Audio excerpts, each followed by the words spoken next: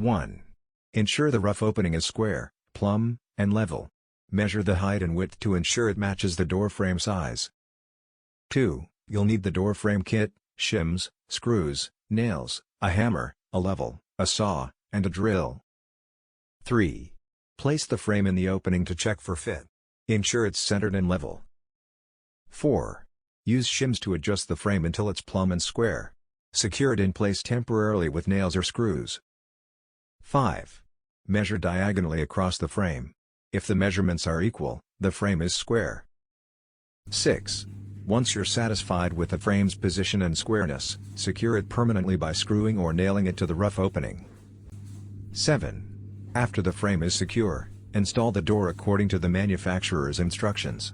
Make sure it swings freely and closes properly. 8. Fill any gaps between the frame and the wall with insulation foam or caulk. Trim any excess shims and finish the frame with molding for a clean look. 9. Check the door for smooth operation, ensuring it opens and closes without sticking or rubbing against the frame. 10.